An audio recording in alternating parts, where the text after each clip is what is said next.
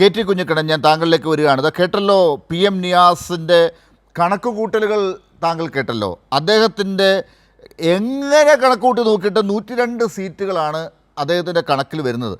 അദ്ദേഹം ഏത് കാൽക്കുലേറ്റർ ഉപയോഗിച്ചാണ് ആ വയനാട്ടിലെ കണക്ക് കൂട്ടിയ അതേ കാൽക്കുലേറ്റർ ആണോ എന്ന് എനിക്കറിയില്ല. അത് താങ്കളാണ് പറയേണ്ടത്. 2021 ഇലക്ഷൻ തന്നെ അദ്ദേഹം മാറ്റിവെച്ചു.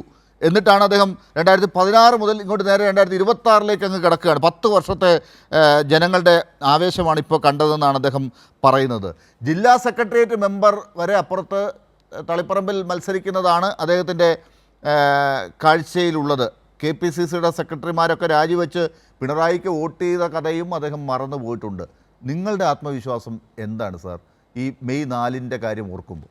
ഈ തെരഞ്ഞെടുപ്പിനെ കണ്ടത് താങ്കൾക്ക് കഴിഞ്ഞ 10 വർഷക്കാലമായി ലഭിച്ചുകൊണ്ടിരിക്കുന്ന ക്ഷേമ പദ്ധതികൾ, കേരളം കൈവരിച്ച വികസന നേട്ടങ്ങൾ, ഇതെല്ലാം സംരക്ഷിക്കുകയും കൂടുതൽ ഉയർന്ന വിധാനങ്ങളിലേക്ക് എത്തിക്കുകയും ചെയ്യണം. അതിന് വിശ്വാസ്യതയോടുകൂടി ജനങ്ങൾക്ക് ഏൽപ്പിക്കാവുന്ന ഗവൺമെൻറ് ഇടതുപക്ഷത്തിനേത് മാത്രമാണ്. അതുകൊണ്ട് 2 ടേം കഴിഞ്ഞ ഇടതുപക്ഷ ഗവൺമെൻറ്റിനെ 3-ാം ടേമിലും അധികാരത്തിലെത്തിക്കാനുള്ള കടുത്ത അഭിവാഞ്ഛയോടുകൂടിയാണ് ഇന്നലെ പോളിംഗ് ബൂത്തുകളിലേക്ക് നാട്ടിൻപുറങ്ങളിലും നഗരങ്ങളിലുമൊക്കെ 100 കണക്കിന് വരുന്ന വോട്ടർമാർ, പ്രത്യേകിച്ച് സ്ത്രീ വോട്ടർമാർ, വളരെ ആവേശത്തോടു കൂടി രാവിലെ തന്നെ ചെന്ന് വോട്ട് രേഖപ്പെടുത്തിയത്. ചില സർവേകൾ ലാലു ശ്രദ്ധിച്ചിട്ടുണ്ടാകും. ആ സർവേകൾ സൂക്ഷ്മമായി പരിശോധിച്ചാൽ കാണുന്നൊരു കാര്യമുണ്ട്. കേരളത്തിൽ ഈ തെരഞ്ഞെടുപ്പിൽ UDF ശ്രമിച്ചത് ഒരു പ്രത്യേക സമുദായത്തിൻ്റെ ധ്രുവീകരണമുണ്ടാക്കി ആ വോട്ട് എൻ ബ്ലോക്കായി വാങ്ങിച്ച് ചില സീറ്റുകൾ പിടിക്കാം. ഇവിടെ നിയാസ് പറഞ്ഞല്ലോ, ഞങ്ങൾ 80 സീറ്റുകൾ പിടിച്ചെടുക്കുമെന്ന്. 80 വേണ്ട, ഒരു 10-50 സീറ്റ് പറഞ്ഞാൽ മതി, ഏതൊക്കെ സീറ്റാണ് നിങ്ങൾ പിടിച്ചെടുക്കാൻ പോകുന്നത്. കേരളത്തിലെ ജനങ്ങൾ, കേരളത്തിലെ സ്ത്രീ വോട്ടർമാർ എങ്ങനെയാണ് ചിന്തിക്കുന്നത് എന്ന് പല സർവേകളും നമ്മൾ പരിശോധിക്കും, നമുക്ക് കാണും. ഇപ്പോൾ UDFന് പരമ്പരാഗതമായി വോട്ട് ചെയ്തിരുന്ന, UDFൻ്റെ ഭാഗമായിരുന്ന കുടുംബങ്ങളിലെ ചെറിയ ശതമാനം സ്ത്രീകൾക്ക് ഷിഫ്റ്റുണ്ട്, അവർ ഇടതുപക്ഷ അനുകൂലമായിട്ടുണ്ട്. ഈ തെരഞ്ഞെടുപ്പിൽ വീടുകൾ കയറിയിട്ടുള്ള ഒരാളാണ് ഞാൻ. കോൺഗ്രസ്സുകാരുടെയും ലീഗുകാരുടെയും BJPക്കാരുടെയും ഇടതുപക്ഷക്കാരുടെയും ഒക്കെ വീട് കയറിയിട്ടുണ്ട്.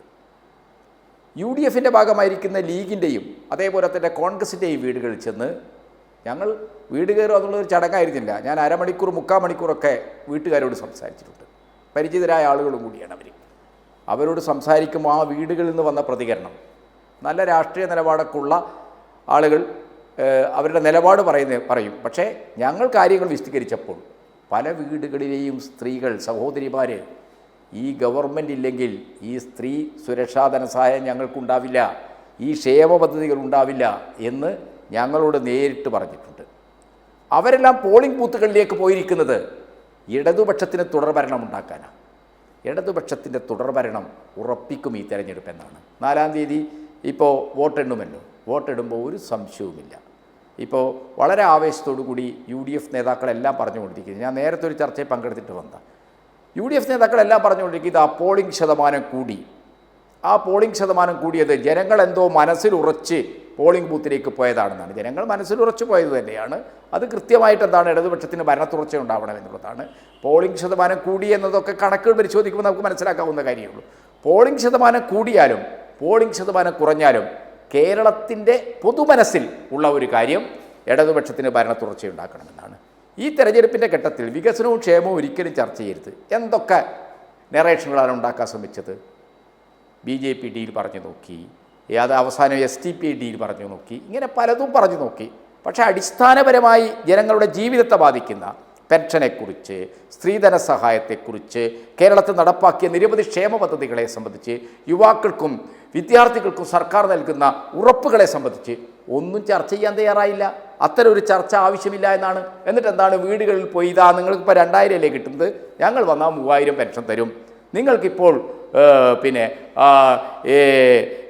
ലൈഫ് പദ്ധതി പ്രകാരം വീട് കിട്ടുന്നുണ്ടോ, എല്ലാവർക്കും വീട് കൊടുക്കുന്ന പദ്ധതിയുണ്ട്. ഇങ്ങനെ ഇന്ദിരാഗാന്ധിയുടെയും ഉമ്മൻചാണ്ടിയുടെയൊക്കെ പേരിലുള്ള ചില ഗ്യാരണ്ടികൾ പ്രഖ്യാപിച്ചു. അതിലേറ്റവും വിചിത്രവും അസംബന്ധപൂർണവുമായ ഒരു ഗ്യാരണ്ടി 25 ലക്ഷത്തിൻ്റെ ആരോഗ്യ ഇൻഷുറൻസാണ്.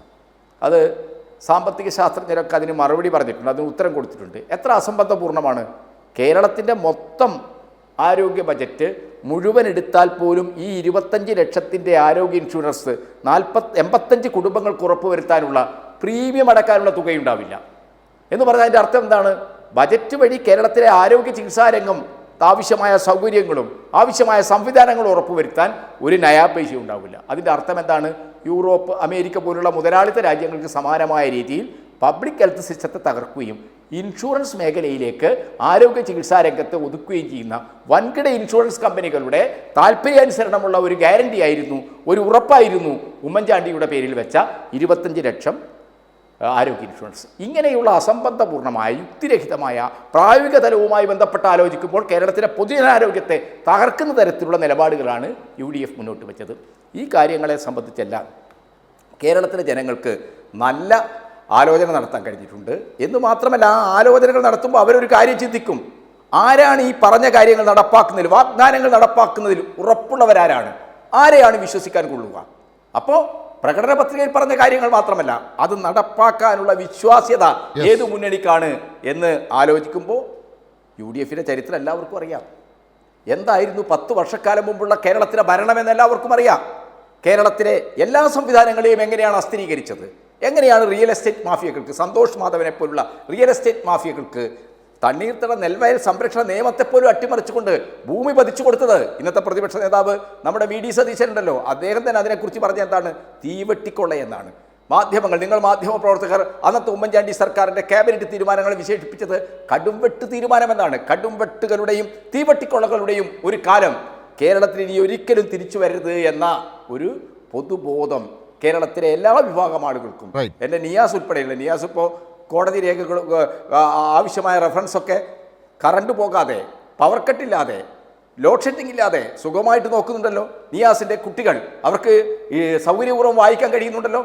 അപ്പോൾ കേരളത്തിൽ പവർ കട്ടില്ലാത്ത, ലോഡ് ഷെഡിങ് ഇല്ലാത്ത, ഒരു തരത്തിലുള്ള അഴിമതിയും മാഫിയാവൽക്കരണവും പ്രോത്സാഹിപ്പിക്കാത്ത, ഞാൻ ഈ കോഴിക്കോടാണ് നിൽക്കുന്നത്, എനിക്ക് നിയാസിനും അറിയാമല്ലോ. ഈ UDF ഭരണകാലത്ത് മുതുകാട്, കക്കയം, ജീരകപ്പാറ എത്ര വനക്കൊള്ളകളാണ് നടന്നത്. ഈ 10 വർഷക്കാലത്തിനിടയിൽ കേരളത്തിൽ അതുപോലെ ഏതെങ്കിലും ഒരു വനകൊള്ള നടന്നതായിട്ട് ആർക്കെങ്കിലും പറയാൻ കഴിയുമോ? ആർക്കും പറയാൻ കഴിയില്ല. വനം സംരക്ഷിക്കപ്പെട്ടു, കേരളത്തിൽ എല്ലാ നിയമങ്ങളും പാലിക്കപ്പെട്ടു, വളരെ കൃത്യമായ ഒരു ലോ ആൻഡ് ഓർഡർ സിസ്റ്റം കേരളത്തിലുണ്ടായി. അതിൻ്റെയൊക്കെ ഭാഗമായിട്ട് ജനങ്ങൾക്ക് UDF ഭരിച്ചാൽ എന്താണ് സംഭവിക്കുക, അത് ഇരുണ്ട കാലത്തേക്കുള്ളിൽ തിരിച്ചുപോക്കാണെന്ന നല്ല ബോധമുണ്ട്. അതുകൊണ്ട് മെയ് 4-ാം തീയതി ഇപ്പോൾ ആളുകൾ ചെയ്തിരിക്കുന്ന വോട്ടുകൾ ഇടതുപക്ഷത്തിന് അനുകൂലമായിരിക്കുമെന്ന കാര്യത്തിൽ യാതൊരു സംശയവുമില്ല. ചരിത്രം സൃഷ്ടിച്ചുകൊണ്ട് ഇടതുപക്ഷത്തിൻ്റെ ഗവൺമെൻറ് 3-ാം തവണയും കേരളത്തിൽ അധികാരത്തിൽ വരും.